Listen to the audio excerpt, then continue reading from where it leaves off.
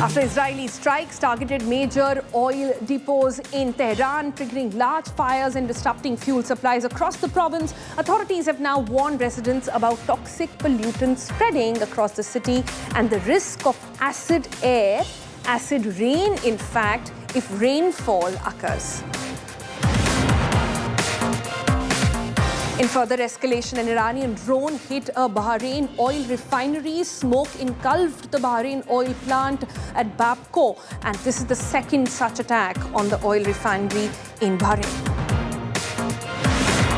Meanwhile, here in India, benchmark indices on Monday ended sharply lower, with the Sensex crashing 1,400 points, rising global tensions, a sharp spike in crude oil prices and renewed foreign investor selling triggered the steep sell-off on the Lal Street.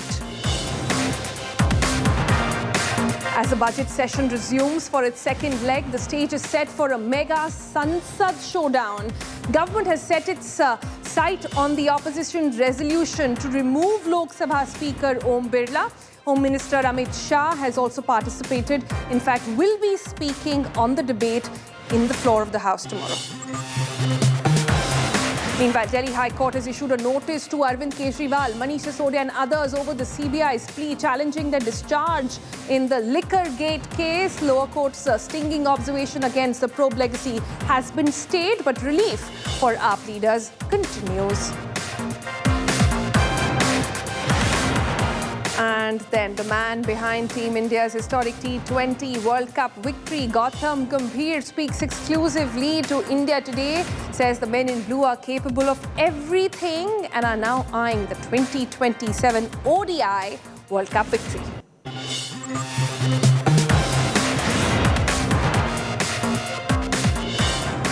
It is day 10 of the war in the Middle East, and there are no signs of the conflict ending anytime soon.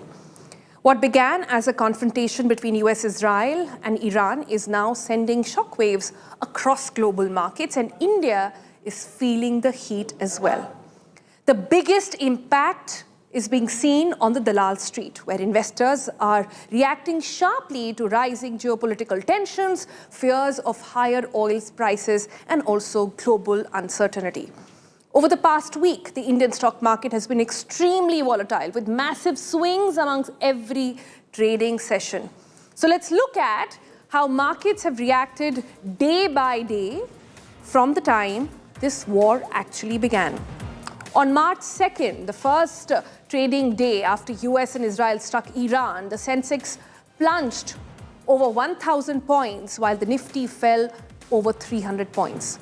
The sell-off continued on March 4th. Sensex dropped another 1,100 points there. Nifty again sliding approximately 400 points over there.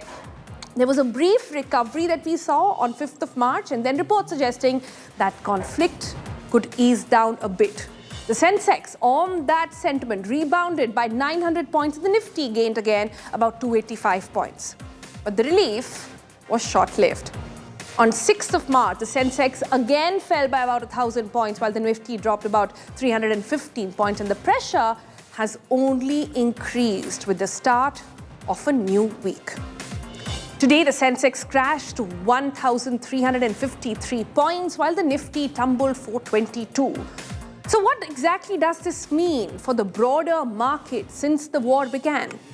Now, before the war began, the Sensex was at 81,287. Today, it's fallen to 77,566, a drop of 4.58% almost. The Nifty tells a very similar story. It has slipped from 25,000 to about 24, the decline of about 4.57%. The war has also wiped out massive investor wealth in just a few trading sessions. On the 2nd of March, nearly 7 lakh crore rupees of investor wealth was wiped out from the markets. The loss grew even bigger on March 4th, when around 10 lakh crore rupees were erased in a single trading session. And the selling pressure continued on 6th of March, with another 3 lakh crore rupees wiped out from the investor wealth. In just a matter of days, lakhs of crores in market value have vanished, highlighting how global conflicts can rapidly shake financial markets globally and also here in India, largely shaking investor confidence. In other words, the ongoing conflict is directly bleeding out and bleeding into financial markets, wiping out investor wealth and raising concerns about what happens if the war drags on. All right, so the biggest trigger, like we told you, behind the slump in Indian stock market right now is the sharp rise in crude oil prices. And why are oil prices hitting a 2-year high? Because one of the world's most critical oil routes, the Strait of Hormuz, remains heavily disrupted. Continuous attacks and rising tensions in the Gulf have choked the entire shipping traffic through the strait, forcing several oil firms in the region to halt or slow down crude supplies. With a large portion of global oil shipments now passing through this narrow corridor, any disruption immediately sends prices soaring. How exactly? Check out in this report.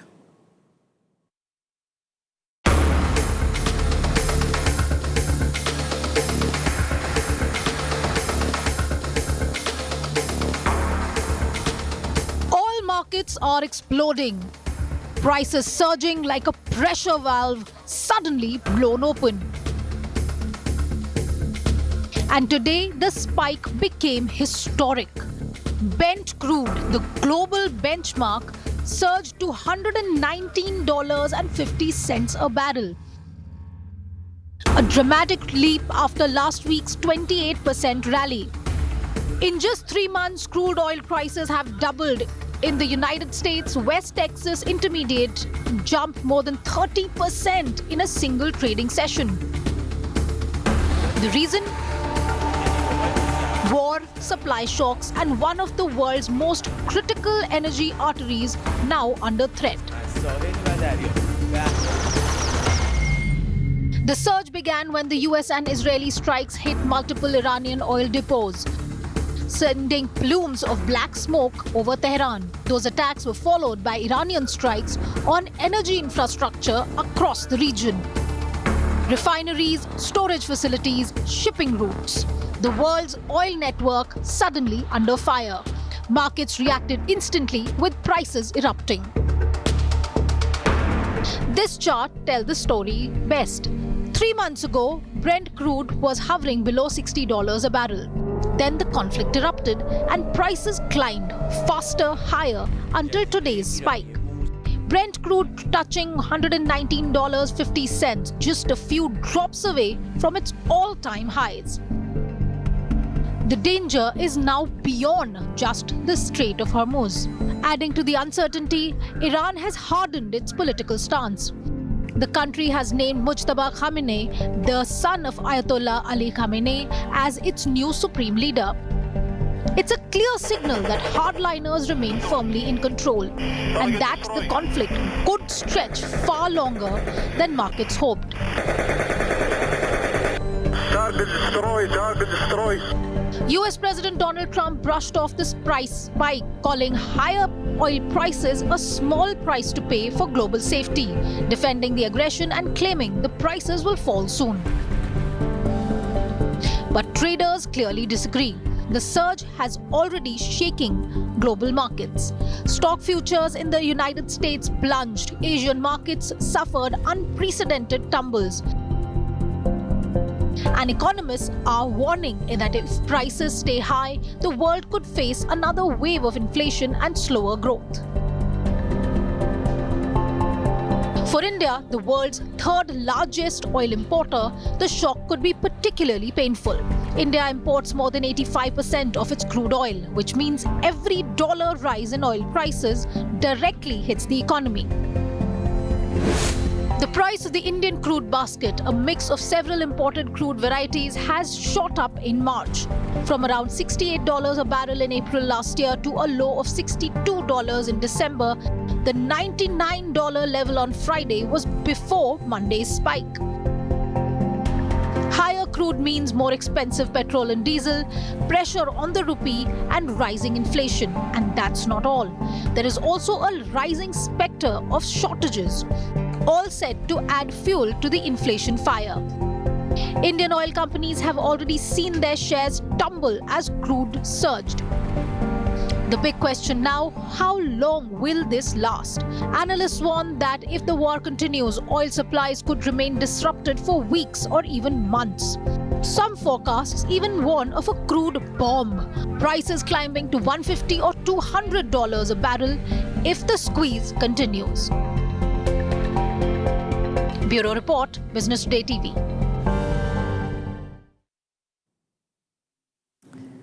So the war is now more than 10 days old. Missiles are flying, oil depots are burning, shipping routes are under threat. But the real question now is, where does this war go next? There are three possible paths that are emerging that we've got listed out for you. And for India, each carries a very different economic shock. If the war stresses, or in fact goes on, lingers a little bit into a month or longer, the biggest danger lies here, the Strait of Hormuz. Nearly 1/5 of the world's oil passes through this very narrow channel. If Iran blocks or seriously disrupts shipping, the global oil supply could snap. Prices could surge to about $150, even $200 a barrel. Now, that would trigger a global economic shock. Fuel costs rising everywhere, inflation surging again, economic growth slowing. Some economists even warned that this could trigger another global inflation wave.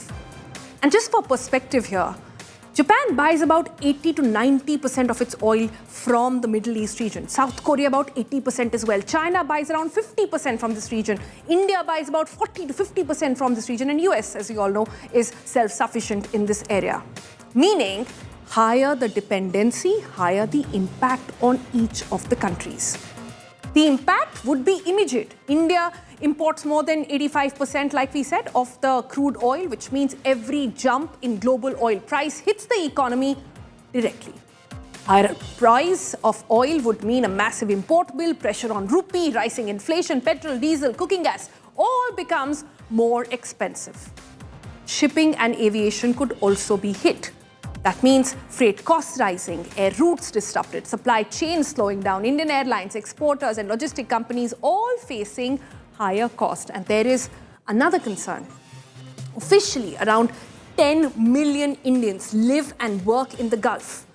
Also, around 8,000 Indians still trapped in Iran. A prolonged regional conflict could threaten jobs and even remittances, money that millions of Indian families actually depend on. If diplomacy, so that's scenario number one. Let's move to scenario number two. What happens if diplomacy suddenly halts the war, right? Now, markets, as you know, will react instantly. Oil prices likely to fall sharply. Geopolitical risk of premium would disappear. Shipping routes would get on the normalcy track over here. The global markets could rebound as well. But this is a major thing to remember. Even if the war were to end tomorrow, it would take at least 30 to 60 days for the oil disruption and supply chain to normalize. That means for India, it would not bring immediate relief. In fact, for any country in the world. Fuel prices could ease out, but only in about, like we said, 30 to 60 days' time. Inflation fears, of course, would cool down. Rupee would stabilize. Just the opposite of everything we told you in the first scenario, right? Remember, the crisis has also exposed a major vulnerability. India's dependence on West Asian energy, which is why policymakers are increasingly now diversifying oil imports when it comes to India. Looking towards Russia, the United States, even Africa. But the most likely outcome is outcome number 3, scenario 3. Let's put that up for you. Where there is neither an escalation nor peace. Instead, a controlled conflict, meaning missile strikes, cyber attacks, proxy warfare, but carefully calibrated to avoid a full-scale regional war. Iran continues its limited retaliation with drones, missiles, proxy groups, all of it. Israel responds with precision strikes as well. Again, military strikes, energy, infrastructure, strategic targets, all of it. But the conflict continues. However, the both sides stop short of triggering a total war. Oil becomes the pressure point. Iran may, avoid fully closing the Strait of Hormuz. That would trigger a massive global retaliation, right? Instead, occasional disruptions, harassment of tankers, insurance costs soaring, oil price remaining volatile, but not catastrophic. Likely hovering between 90 to 120 dollars a barrel. For India, what does this mean? Scenario number 3. This becomes the most uncomfortable scenario. Not a crisis big enough to trigger global intervention, but unstable enough to keep oil prices expensive, meaning persistent inflation pressure, weaker rupee, higher fuel cost. Financial markets would remain nervous. Foreign investors tend to pull money out when geopolitical risk stays elevated, remember, meaning again that frequent market sell-offs, sharp rallies, and sudden corrections. So, 3 futures now lie, or 3 scenarios now lie ahead. A long war that shocks the global economy, a sudden ceasefire that calms the markets but takes time to get things back on track, or perhaps, what now many are saying, the most probable outcome, a tense shadow conflict where the war never fully ends and the oil markets remain permanently on the edge. And remember this, ultimately, every war just might be good or bad for politicians and politics, but terrible for economy and largely for people like us.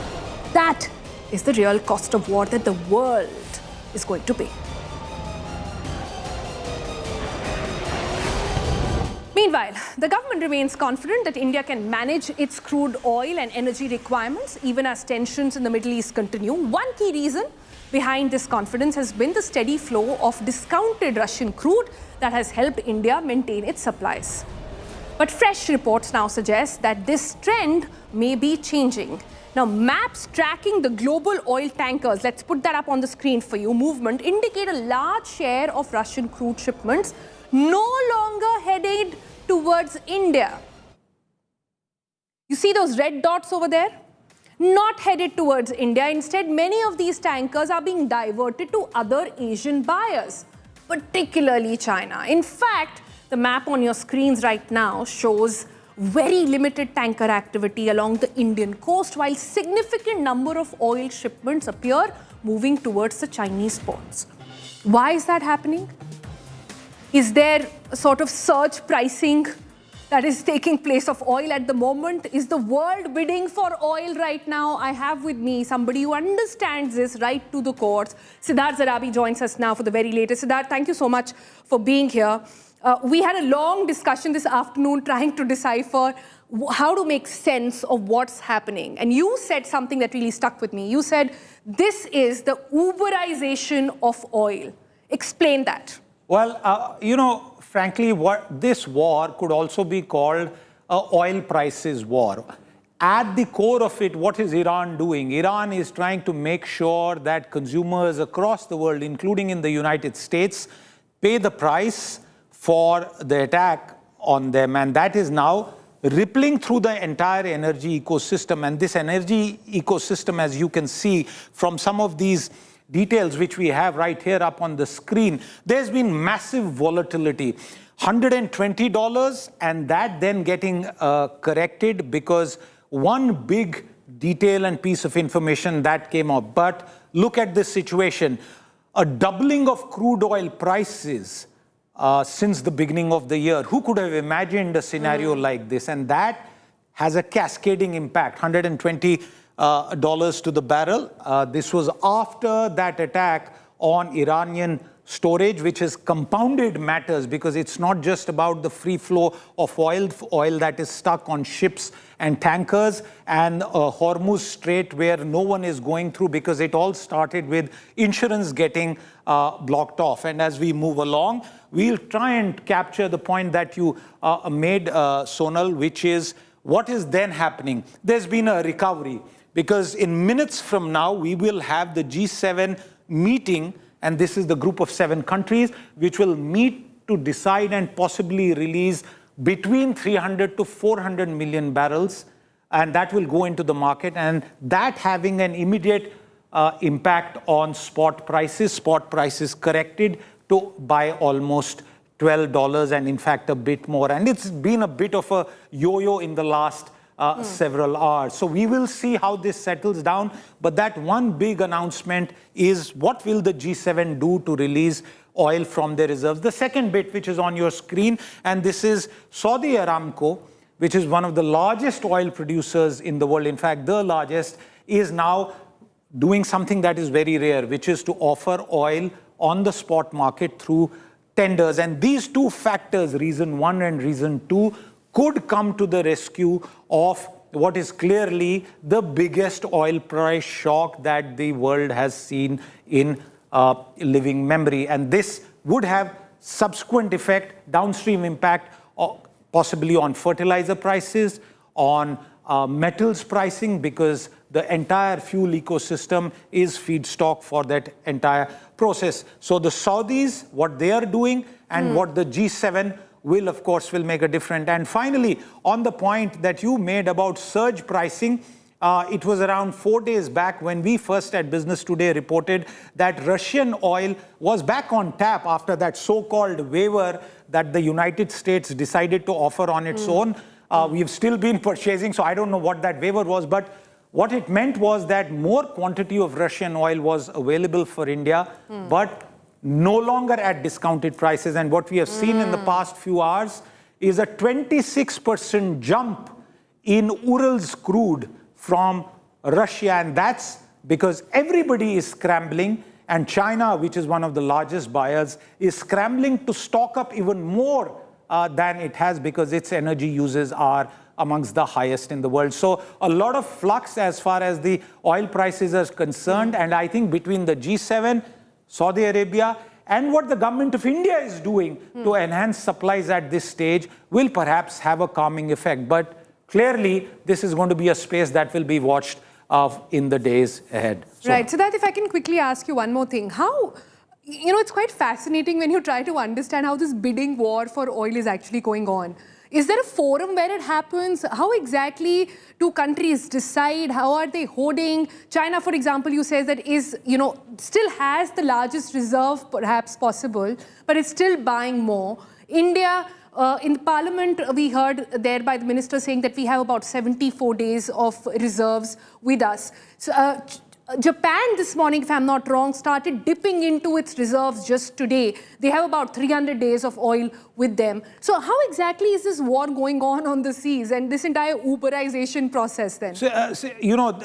This is a complex time in the world energy market. Remember, Russian oil has been sanctioned, and a lot of Russian oil that is flowing out, particularly into China, is through sources that are not perhaps very clear-cut. It's not black and white. Many of these tankers that carry a massive amount of oil every day have different flags, and they don't declare what their destination is or what is the origin of their crude. So there's a shadow market as far as Russian crude is concerned. But there are other factors at play in this very, very toxic mix, really. Venezuelan crude is coming back, and at some point, Sonal, and it will happen, Iranian Farsi sweet crude will also come into the mix. So there is going to be short-term volatility. And remember, India's sources of crude oil are more than Russian oil itself. And I think that strategy is going to pay off in the days ahead. But in the short term,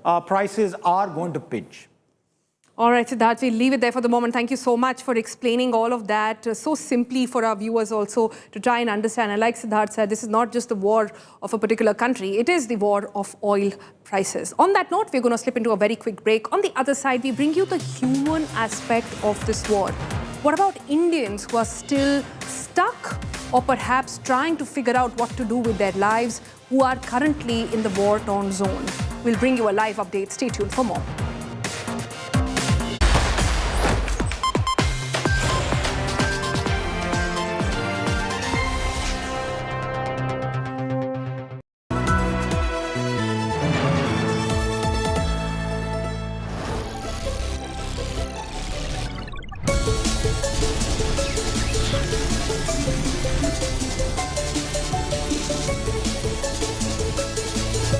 Introducing Motorola's signature.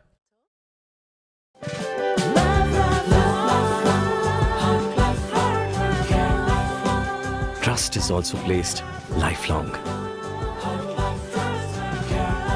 Just like Tata Power's solar roof, best quality solutions, lifelong service guarantee and unmatched expertise. Ye on the quality lifelong. Every story finds a place. Every voice gets a platform. Every side has its say. Your channel for every headline. Prime Team on India Today, India's only democratic newsroom.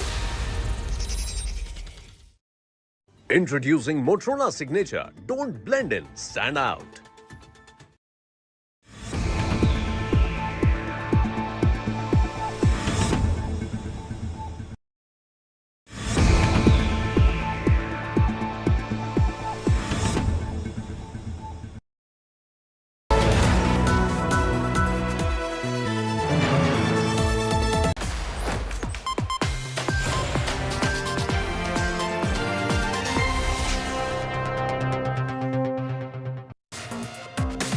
Now, Dubai has long been considered one of the safest cities in the world.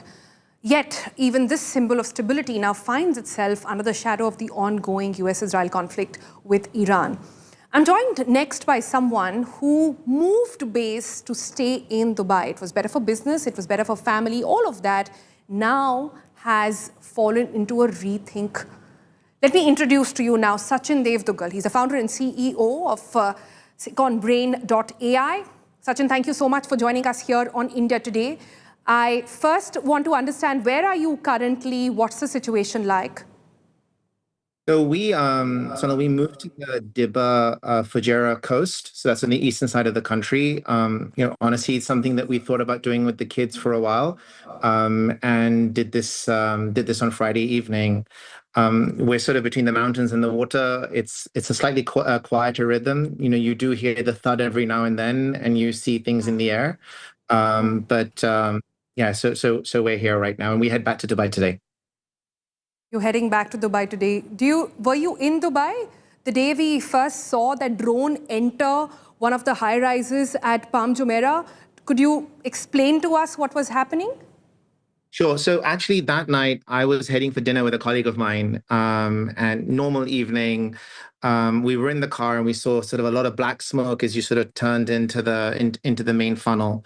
We were very near the Fairmont, so it was quite close to home. Wow. I didn't really see the event fold itself, but that sort of journey in the car, it's the moment when two people look at each other and the pin has dropped. So he jumped out.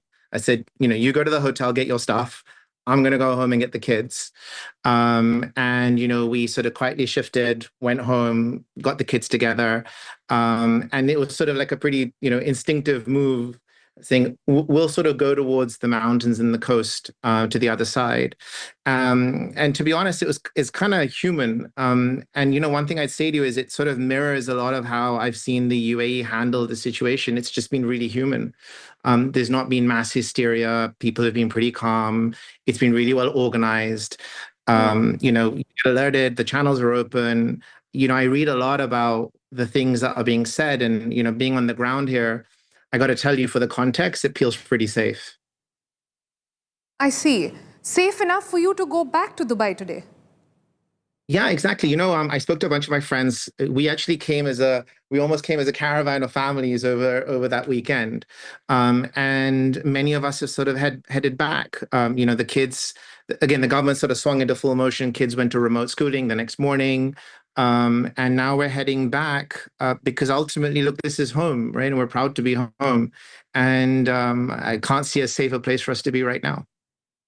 All right, last word then, Sachin. At the moment, we all have friends and family in Dubai, in the Middle East as well, in different parts, and everybody seems to be under the shadow of war at the moment. A lot of them have moved back to India as well now that the flights are operating at exorbitant rates, but yeah, they are operating. Do you have a message for them, since you are at the moment on the ground? What do you have to tell them? So, Sonal, like my wife was stuck actually in Mumbai. She'd gone for some work when this whole thing erupted. And I have to tell you again, it's like, how they ran the air corridor, how Emirates flew folks back in. So she came back to Dubai sort of against the traffic, I guess.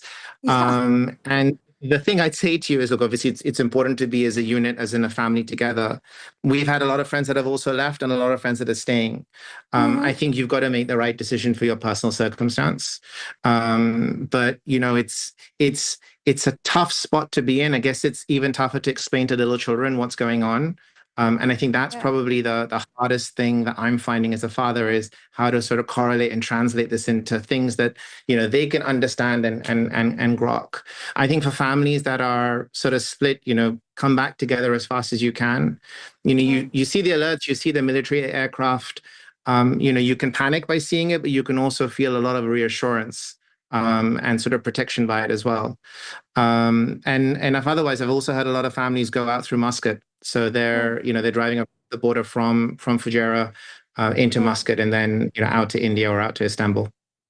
Yep. All right, Sachin Duvakal, you've taken the brave stand there, and you've got your reasons for it. You explain why and how. So kudos to you. Stay safe.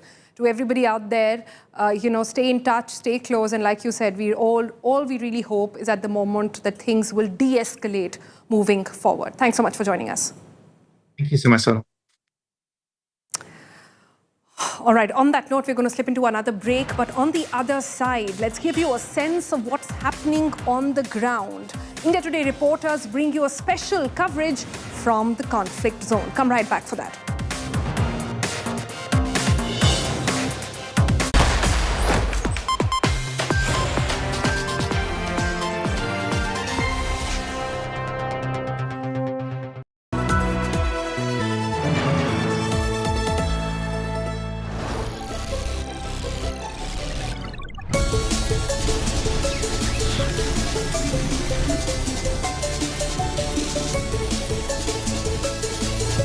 Introducing Motorola's signature.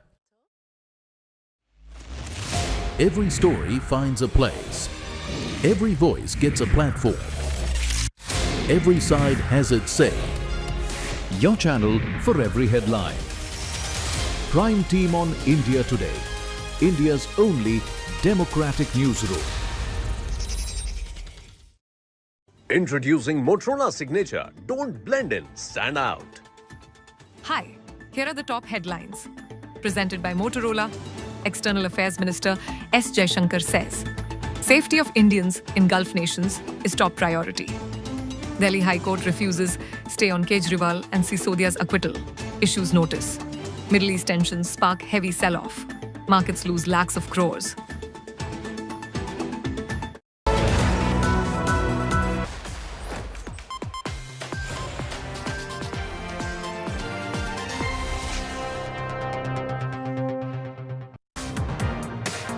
Like we said, it is day 10 of the war, and at the moment, the situation is rapidly evolving. Earlier on in the program, we brought you the three scenarios that actually emerge from this entire conflict, the impact it has on India. But largely, what's happening on the ground? Our reporters are spread across.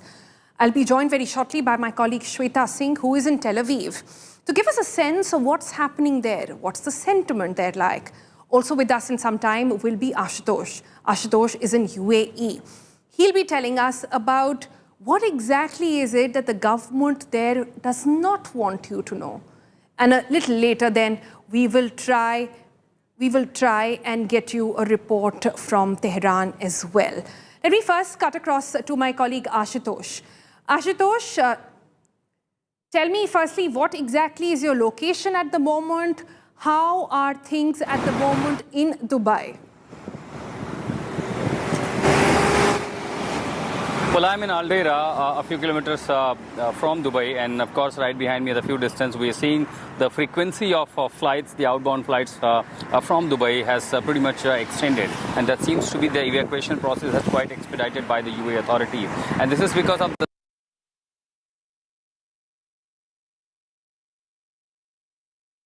that remains of the interception. Even today, around 12 ballistic missiles have been intercepted. Nearly 18 drones that also tried to enter UAE territory were intercepted and were shot down. So that remains a major challenge as far as hostilities from the Iran is concerned, because unless you neutralize all the threat, clearly that will be a major threat, because you need a safe airspace. So the operations for now from Dubai to other places continues. We are seeing the large part of the evacuation being done. But UAE primarily, if you see, nearly around 4 people have died, and so far if you see the number, more than 1,500 drones were fired by the Iran towards UAE, and of course they were targeting the American infrastructure, military infrastructure, the air assets or the naval assets. But there have been collateral damage, there have been casualties on the US side, number of people injured, number of people were arrested, and many of these commercially, hub of these people for the tourism, for the business industry, that has taken a hit. In fact, as we speak, the Saudi Arabia has decided not to halt the oil production because they are running out of the storage, and clearly you need more storage because the Strait of Hormuz has been clearly affected. So if you don't have a supply, the disruption, you cannot produce more oil, and eventually if Saudi Arabia has done, probably UAE will be the next country. So whatever stock they have, the government issues has ordered do not stockpile, delivery mechanism, everything is being done. But at the same time, it is the spirit of the people of the UAE that they stand united, braving all this, the consequence. And the one question that they are saying, why dragged us? We have nothing to do with the conflict. Why dragged us? Why UAE should suffer? And many other reasons are, along with this Middle East, we are saying the global consequences, including India. Now there is a global crisis all across the global community. That's exactly everyone is talking about. That let there be some effort to calm down this temperament. Because unless you resume the business in Middle East, clearly the crisis is going to deepen further worldwide. Ashutosh, a lot of sirens around where you are as well. So we'll give you a minute to sort of get to a safe place and perhaps tell us more about what that was all about. But let me also cut across to my colleague Shweta Singh now. She joins us from Israel in Tel Aviv. Shweta, over to you. Tell us what's been day 10 looking like there. Thank you, Sonal. Day 10 is looking as bleak as the initial 9 days, and it's still just the same in Israel. Though there was a respite last night with the number of sirens having gone down, at least for Tel Aviv city and the suburbs. So while Israel is relentlessly pursuing what it calls its objective in this particular Iran war, with the new supreme leader in Iran having been announced. Now, there is a chilling evidence of America's hand emerging in the school that was struck on the first day of this conflict. When the conflict started, a school in Iran was struck, and initially figures of 50 children having lost their lives, then around 80, and then it crossed 100. A total of 175 people lost their lives, a majority of them being children, little children, school children, and now America's role in this is coming forth.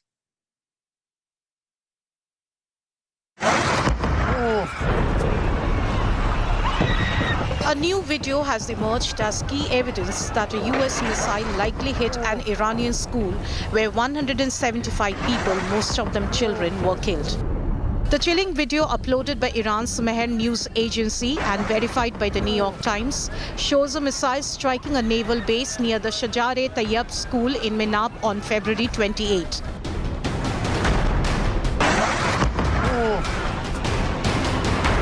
The aftermath of the strike is haunting.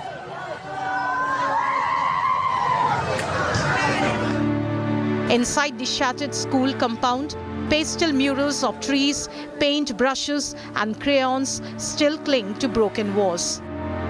Remains of a playground lie scattered across the debris.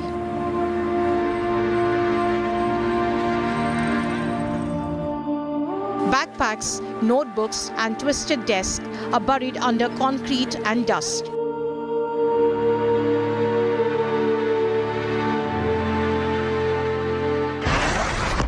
The video is significant because the weapon seen in the footage appears to be a Tomahawk cruise missile, a weapon used by the United States military.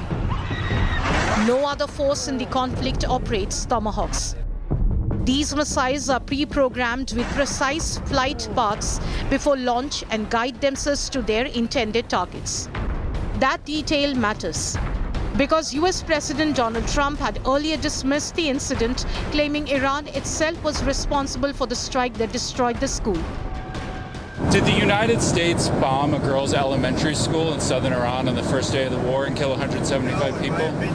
Based on what I've seen, that was done by Iran. We think it was done. We think it was done by Iran. Because they're very inaccurate, as you know, with their munitions. They have no accuracy whatsoever. It was done by Iran. But the newly geolocated footage now appears to contradict that claim. If confirmed, the evidence raises disturbing questions. Was a civilian school caught in the blast of a targeted strike? Why wasn't adequate reconnaissance done before launching the precision strike? Why was the school targeted even if it was located at an Iranian naval base? Was the devastating attack on civilians deliberate? For families in Minab, the answer may already be painfully clear. Bureau Report, India Today. So now, not just Iran, but the entire world is questioning. But at the same time, there are missiles and rockets being fired from Iran towards Israel. Drones from Hezbollah pockets in Lebanon towards Israel. And the entire area, the entire Middle East seems to be in a mess. The West Asia war, it rages on with new missiles being fired both from Iran and from Israel. Israel reported a total of 11 civilian deaths ever since the start of the war. And it is a concerning statistic for the nation because with the number of ballistic missiles being fired from Iran, the biggest challenge is how does the air defense keep going? We'll show you a report from my colleague Ashutosh Mishra, who is in UAE, and he's spoken to the first person who was the ambassador, who was an envoy to India.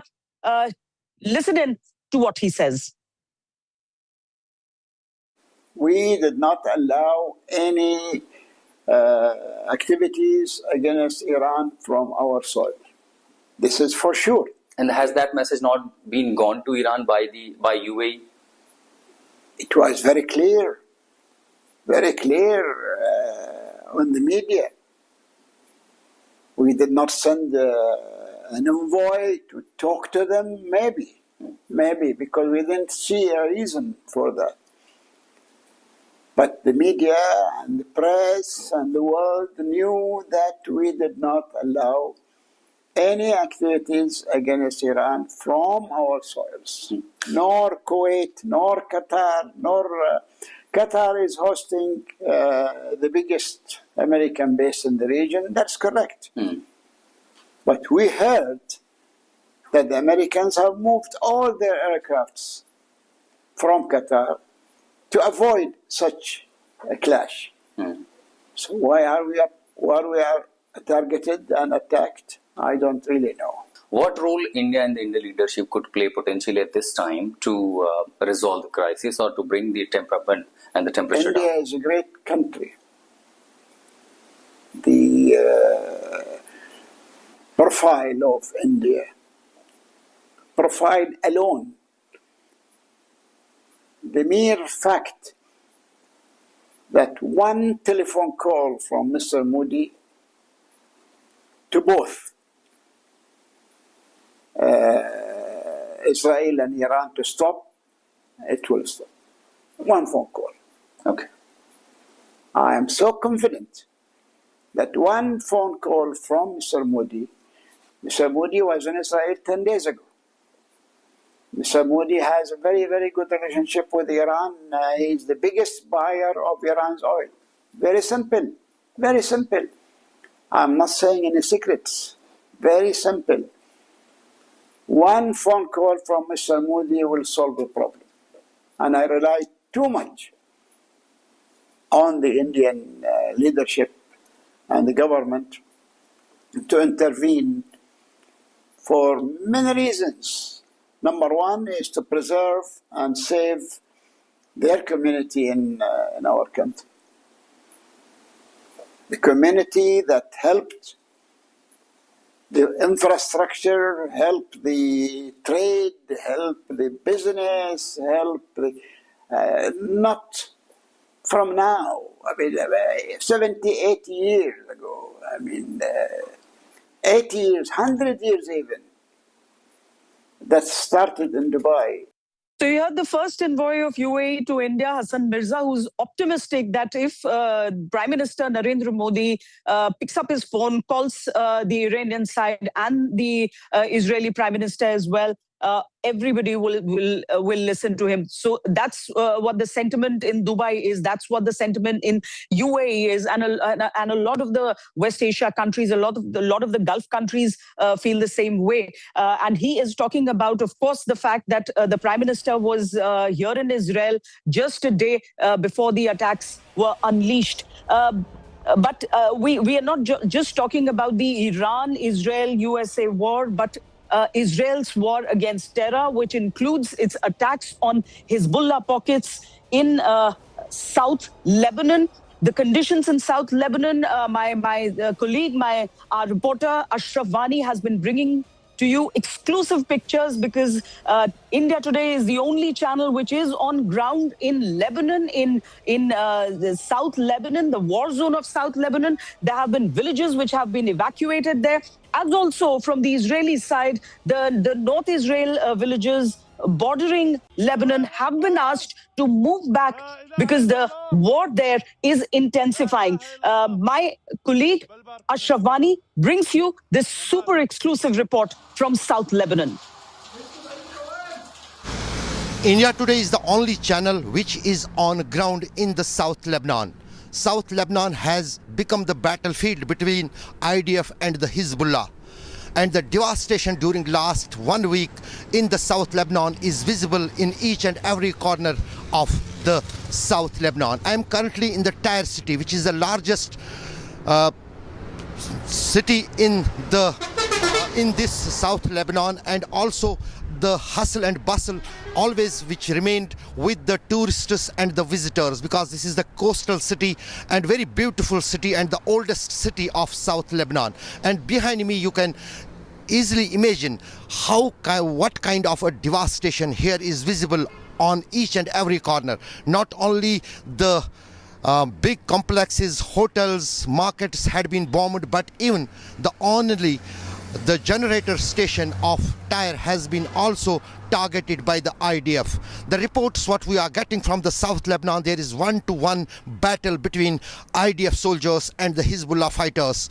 Only yesterday, 2 soldiers of Israeli army were killed by a anti-tank missile which was shot on a bulldozer, in which 2 soldiers of the IDF got killed. And even if you will see any movement of here, that is only of the ambulances, because the casualties are coming from the South Lebanon. Not only the fight is with the Hezbollah fighters by IDF, but also the civilian targets had been hit by the IDF in the 50 villages.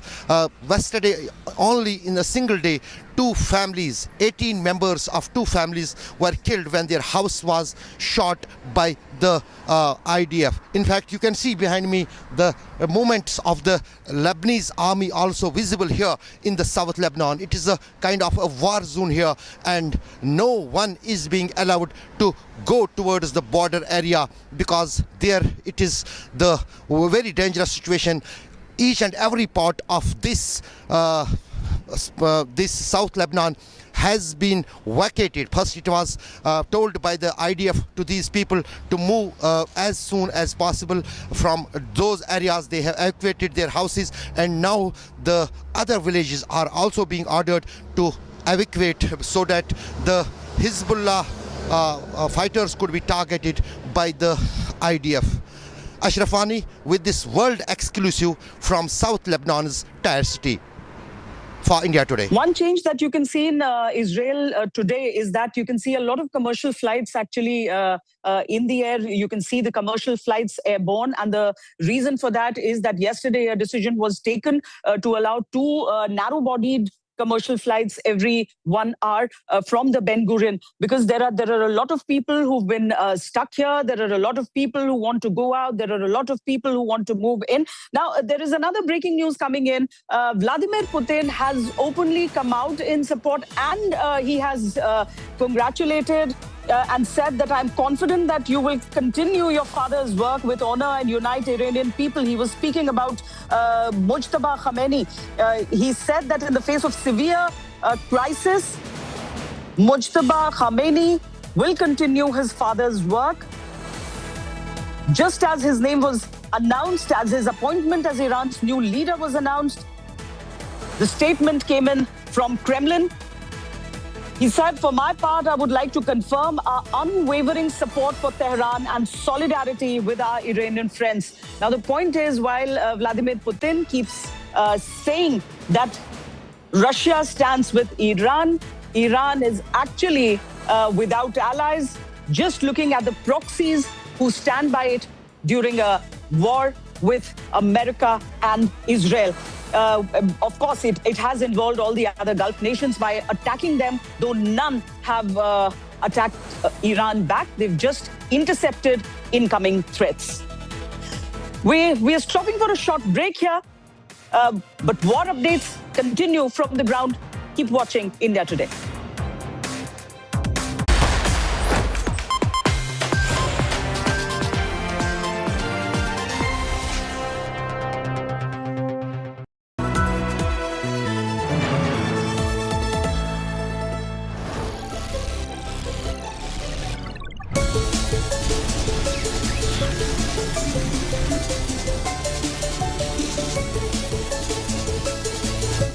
Introducing Motorola's signature. Every story finds a place. Every voice gets a platform. Every side has its say. Your channel for every headline. Prime Team on India Today, India's only democratic newsroom. Introducing Motorola Signature. Don't blend in, stand out. Hi, here are the top headlines. Presented by Motorola, External Affairs Minister S. Jaishankar says, safety of Indians in Gulf nations is top priority. Delhi High Court refuses stay on Kejriwal and Sisodia's acquittal, issues notice. Middle East tensions spark heavy sell-off. Markets lose lakhs of crores.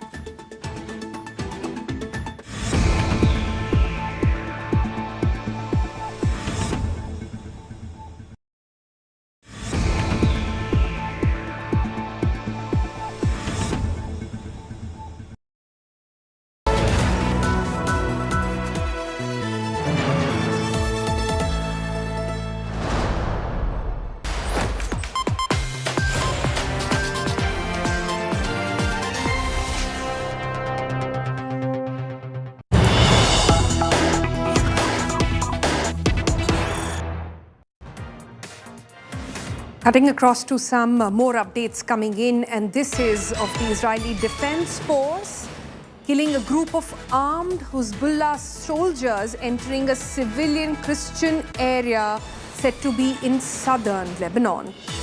This is the Israeli Defense Force, remember, killing a group of armed Hezbollah soldiers. There, Israel has launched a limited group operation against Hezbollah in southern Lebanon, where we just showed you a report from there.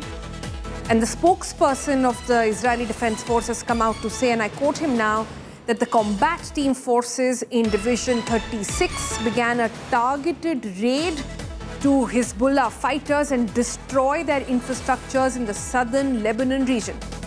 This operation is part of the effort to establish the front defense that will create an additional layer of security for the residents of the north.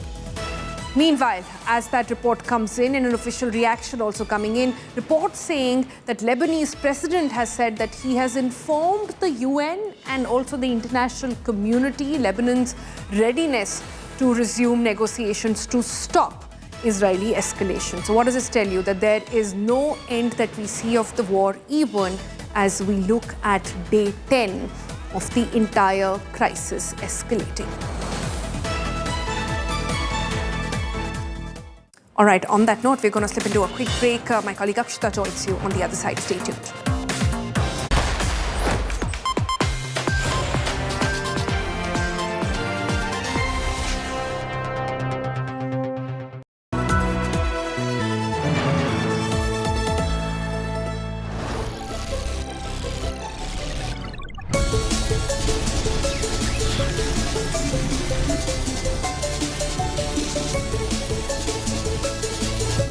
Introducing Motorola's Signature. Introducing Motorola Signature. Don't blend in, stand out. Hi, here are the top headlines. Presented by Motorola, External Affairs Minister S. Jaishankar says, safety of Indians in Gulf nations is top priority. Delhi High Court refuses stay on Kejriwal and Sisodia's acquittal, issues notice. Middle East tensions spark heavy sell-off. Markets lose lakhs of crores.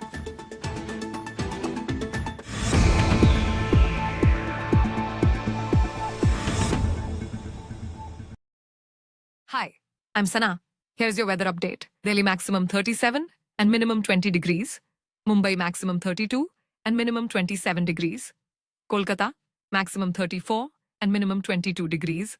Bengaluru maximum 32 and minimum 20 degrees. Chennai maximum 28 and minimum 24 degrees. Hyderabad maximum 34 and minimum 19 degrees.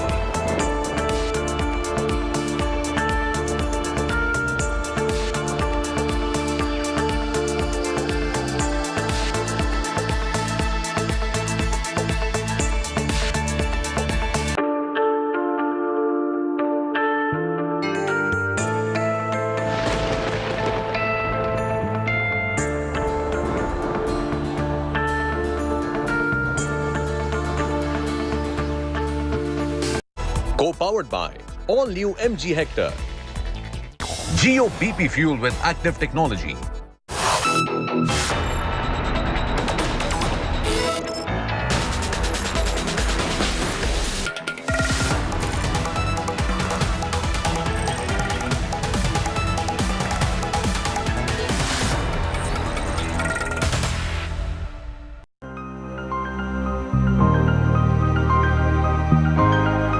Hello and welcome. Good evening. You're watching Super 6 here on India Today. I'm Akshita Nandagopal. Here on India Today, we're continuing to get you all the latest updates on the West Asia conflict. 10 days of the war raging on, and unfortunately, it looks like this is the new normal. So what do we have lined up for you in this edition of Super 6? We're going to be talking about the big headline that's emerged from Iran. Even as America has been constantly talking of a regime change, Donald Trump constantly reiterating that the leader, the supreme commander of Iran has to be someone he agrees to.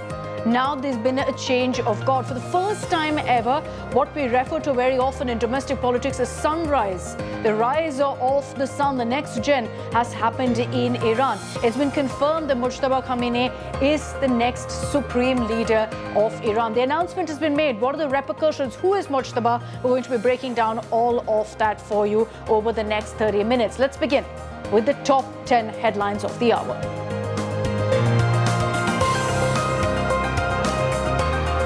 And as we get to the top 10 headlines of the day, number 1, days after killing of Ayatollah Ali Khamenei, his second son Mujtaba has been named as the new supreme leader of Iran. Israel has warned Mujtaba Khamenei, saying Iran's next ruler will also be targeted.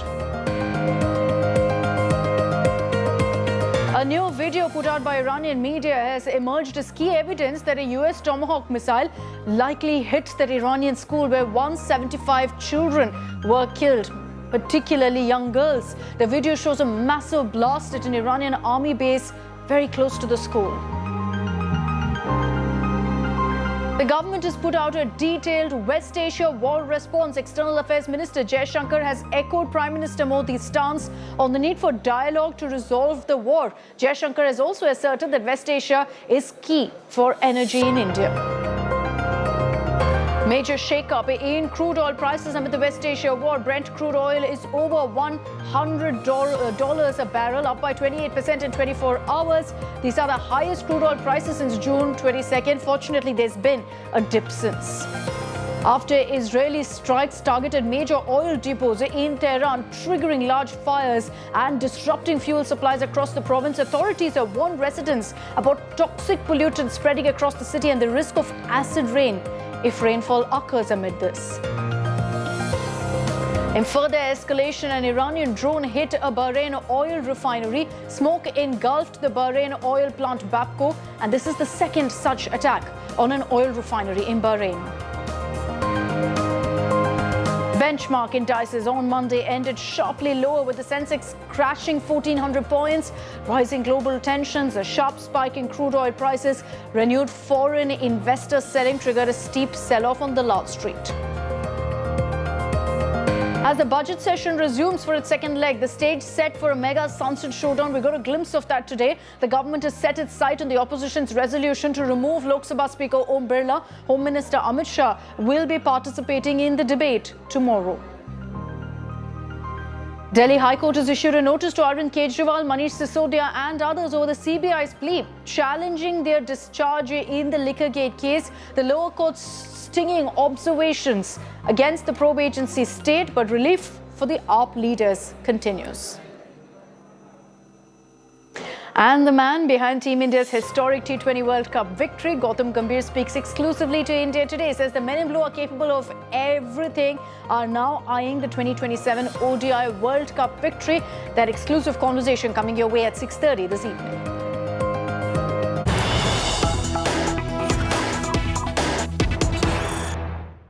All right, let's begin this broadcast with big breaking news coming in. A lot of panic, concern about energy sources in the country. And now information coming in from government sources that there's no reason to panic. There's no immediate likelihood of a hike in petrol and diesel prices. In some cities and some towns in the country, we've been seeing people hoarding fuel, panic buying. No need for any of that. As government sources have said, there is no chance of an immediate hike in petrol and diesel prices. They've also confirmed that there's no consideration as of now to cut the excise duty on petrol and diesel.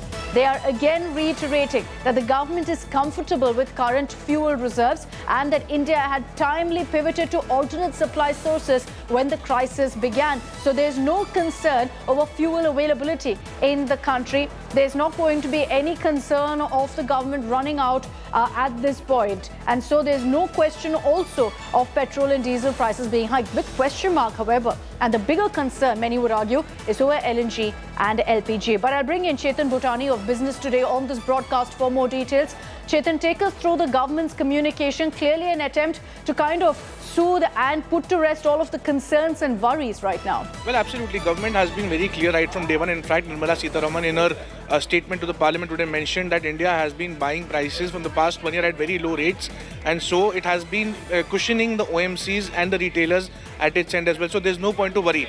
Our sources in the government have confirmed to us that there's no immediate price hike or any worries or the plan. Is there a plan to hike prices at the retail fuel stations? If you and me have to go and buy, there's nothing as a consumer that we have to worry about. Also, the government is also planning to cushion oil marketing companies against the negative margins that they might have to face by providing high crude price, lower prices at higher rates to at retail pumps. But yes, the government is already preparing a plan, and there is nothing to worry for fuel stations and retail owners at this point of time.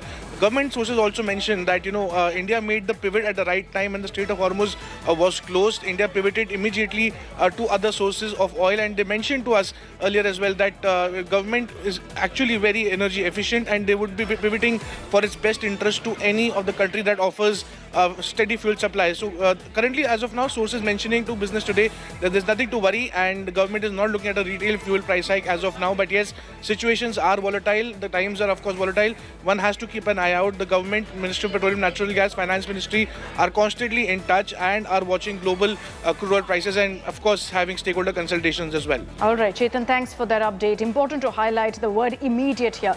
The situation is very volatile. You never know what's going to happen in the next 1 week, which is why the government has said for now, there's no question of a hike in petrol and diesel prices. Let's hope it stays that way.